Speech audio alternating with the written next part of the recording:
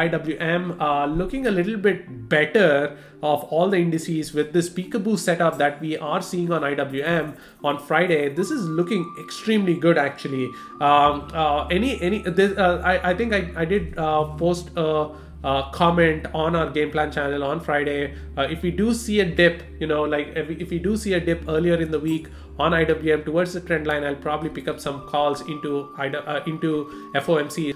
This is where I positioned last week, and we did trade some roll-ups, quite a few roll-ups. I think there were 4 trades on IWM last week, which is very, very good, which all paid like over 50%. I think if you held just one of them, each one was 5x or so. So anyway, looking at 199 this week again. If 199 is broken, we see 202, 205 again on IWM. Very nice setup here. A dip earlier in the week is something that I would prefer to position myself into Friday for FOMC and NFP, both basically. Probably a dip to 197, 196-ish is where I would be very interested in IWM to pick it to the upside to play 200 calls or so. So keep an eye out for that on IWM.